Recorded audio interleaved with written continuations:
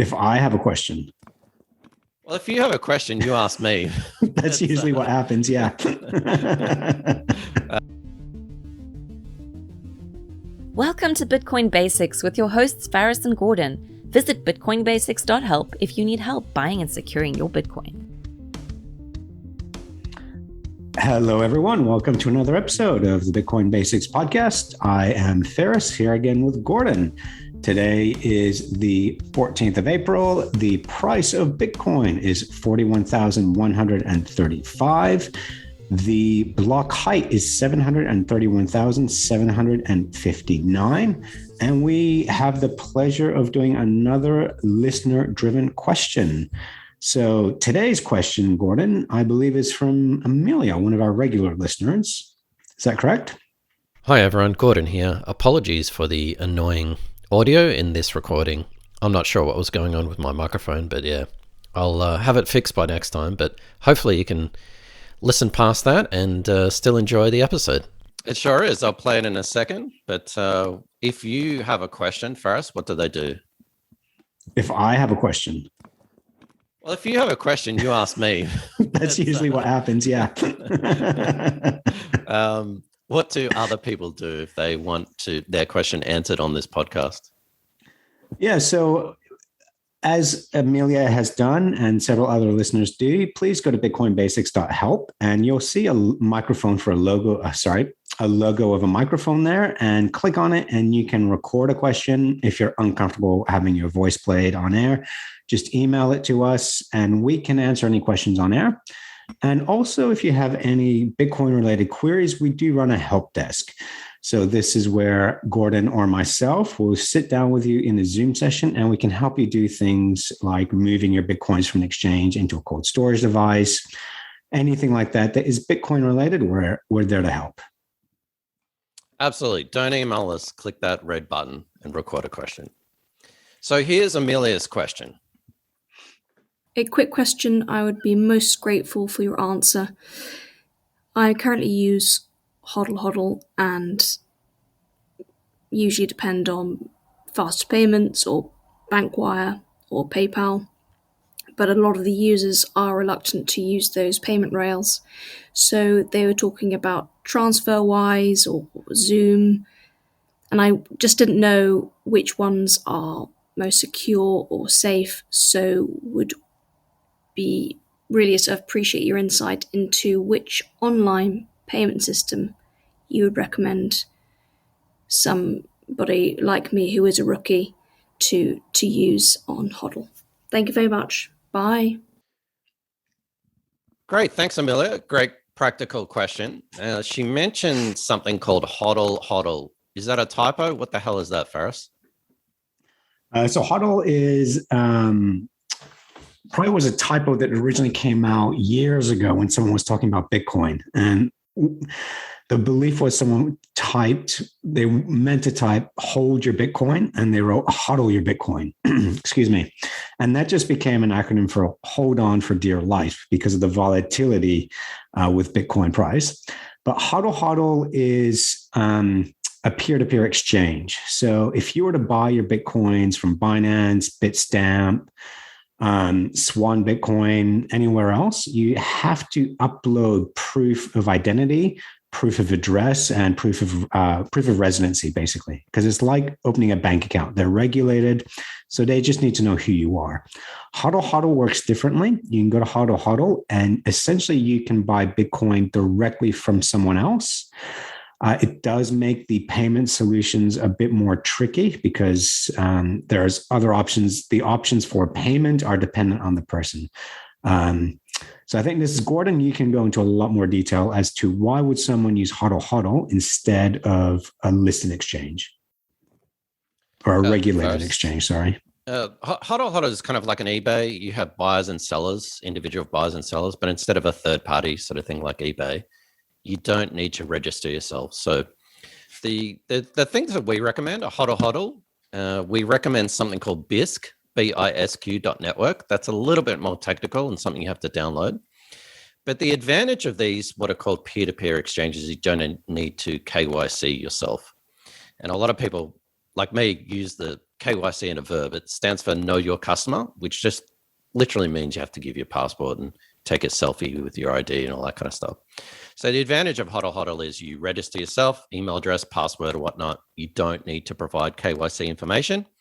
You just find, for example, a seller of Bitcoin and you deal directly with them. As Faris mentioned, there are various payment options. You could meet someone at the local coffee shop around the corner or in your city and do it with cash. Nowadays, that's extremely rare. Most of the time, you're doing bank transfers and other kinds of methods of payment. Amelia mentioned Zoom, which, by the way, Amelia, Zoom is a PayPal service or PayPal product, XOOM, not to be confused with the communication platform, and TransferWise, both of which I've used. Your question is, what is the best, or sort of like the safest? And I'm going to give an annoying answer and say any of them is fine. Any of the sort of major reputable ones, you're going to get your money. So whether it's PayPal or Western Union or TransferWise, whatever, obviously that have different fees or whatnot. But I'd say any of them is fine. Nothing is 100% safe. But in terms of a banking system, these are all big sort of companies. So I think any of them is fine. But that's not really the issue. And the real issue is you've really got two processes. And so, for example, with something like HODL HODL, you don't need to register. And that's the massive advantage of HODL HODL. So you don't need to provide your passport information. You sign up with a name and an email address and a password, and that's it. Then you go, so that's great. But then the second step, you're kind of going backwards in terms of privacy. You're actually using PayPal, a third party, or TransferWise, or one of it, and you're sort of KYCing yourself in that individual transaction. So using HODL HODL is great, but then you're kind of KYCing yourself. So if HODL HODL had the liquidity, and for example, most of the times that I've used it, I've had to use it with the US dollar. Doing a bank transfer is probably the best way. And the reason why people are like, oh, bank transfer, Bitcoin. Well, your bank, you've already kind of KYC'd yourself with your bank anyway. Your bank knows who you are. They've got your customer details. They've got your physical address. So you've already KYC'd yourself at your bank. So if you can do a bank transfer or whatever, interbank sort of payment system without using a third party like PayPal or TransferWise, I would say that's the best. It's the best in terms of security and safety and whatnot, but it's also the best in terms of privacy because you're not having to deal with another third party. Yes, you're dealing with your bank, but there's sort of no sort of way around that. So I would say that's sort of the safest, the best, and most private way is try and do a bank transfer, wire transfer, or interbank transfer. Would you agree with that, Faris? If you enjoyed this podcast, please subscribe, like, and share so we can find others like yourself. Yeah, I remember when I first got onto local Bitcoins years ago, playing around with it, and just, the whole concept kind of scared me off. I never actually ended up using it, and I ended up KYCing myself. And this is one of those things where if someone were to ask me, that's why I kind of deflected the question to you, because I know a lot of people like to go in there and figure it out. But to me, the prospect just seems a little bit more scary. But as Gordon just said, that's what I would look at doing. But I really don't have that much experience with using them because I can understand why there's an appeal for non-KYC Bitcoins. Maybe in the future there will be for me, but for now, it's not something that I need. Yeah, I mean, you can have it first, and the problem is, and I would recommend HODL HODL. So here are my recommendations. Number one, I would recommend bisq.network, bisq.network. It's pretty tech savvy, so you have to download an app essentially because it's a decentralized exchange. But considering the sort of the lack of liquidity, unless you're using US dollar pairings, it's probably not worth it. For example, for all the other currency pairings that I've used, there's no liquidity. So I would suggest HODL HODL, and feel free to sign up with that if you're going to use it. bitcoinbasics.help/HODL HODL. That's an affiliate link. It throws a bit of love our way. But again, I found that the liquidity of HODL HODL is simply not what it is in an exchange, and that makes sense. It's a decentralized exchange. So I would suggest HODL HODL. if you're finding that there's not many offers, if you want to buy Bitcoin in your local currency, then I'm going to suggest something maybe controversial for us, probably not. I'm going to suggest Binance's peer-to-peer platform, which I've used before. So instead of using the normal Binance platform, you send your money from credit card or whatever to Binance, and then you buy Bitcoin with that. Bitcoin actually has a separate peer-to-peer platform. And you can register. So you have to register on Binance. And yes, you have to KYC yourself. So obviously that's not ideal. But in my mind, it's better to KYC yourself once at one place. And, Binance is out of the US and UK. So that's kind of good.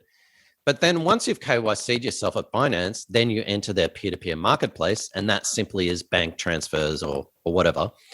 And the beauty of that, and why do that? It seems the same as HODL HODL, right? Well, the difference is Binance has, 100 times more liquidity. So, I just looked 5 minutes before recording, and there's like literally thousands of pairings for US dollar and other currencies. So for people who are maybe a little bit frustrated with the lack of liquidity at HODL HODL, have a look at Binance's peer-to-peer platform. Yes, you do have to KYC yourself, but you're only doing that once, and then every single time after that, you're not KYCing. It's just a bank transfer. So I would say if there's liquidity, use HODL HODL. If there's no liquidity, use Binance. And again, Faris, we have an affiliate link, bitcoinbasics.help/Binance, if you want to go ahead and set yourself up there.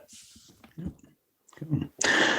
Well, thank you, Gordon and Amelia. We certainly hope that we answered your question. And thank you once again for sending it in. And just a reminder, guys, if you have any questions, queries, please feel free to get in touch, bitcoinbasics.help. We will answer your questions on air. And if you ever need any Bitcoin-related help, our help desk is there. Yeah, especially if you're trying to do something perhaps a little bit more privately or securely. For example, withdrawing to a hardware wallet or trying to buy Bitcoins privately. There's a lot of nuance in this, Faris. There's sort of no one sort of way to do it. So feel free to hit us up on bitcoinbasics.help. And the best way, if someone's listening to this and they're listening to how do I buy KYC free Bitcoin or how do I keep my stuff private, whatever, the best way is actually to get paid in Bitcoin, but most of us can't do that. That's kind of the ultimate in terms of privacy. And in terms of the bigger picture of privacy, Faris and I are working on a project. So stay tuned to that, because I know Amelia emailed us and was really excited about that. Stay tuned. It's coming very soon, I promise.